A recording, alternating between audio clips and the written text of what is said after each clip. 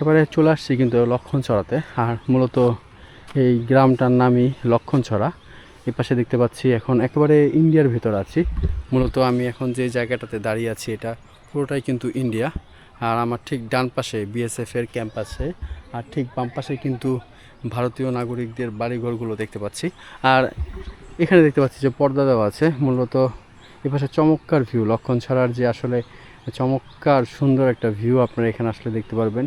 যদিও ইন্ডিয়ার ভেতরে আসলে প্রবেশ করাই নিষেধ।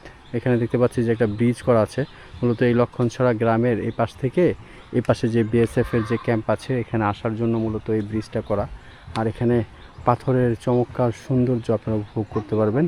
যদিও বর্ষাকালে যদি আসেন সেক্ষেত্রে কিন্তু অনেক পানির সুন্দর একটা ভিউ পাবেন। এখন একটু পানি কম, যেহেতু বৃষ্টি কম হচ্ছে সেজন্য।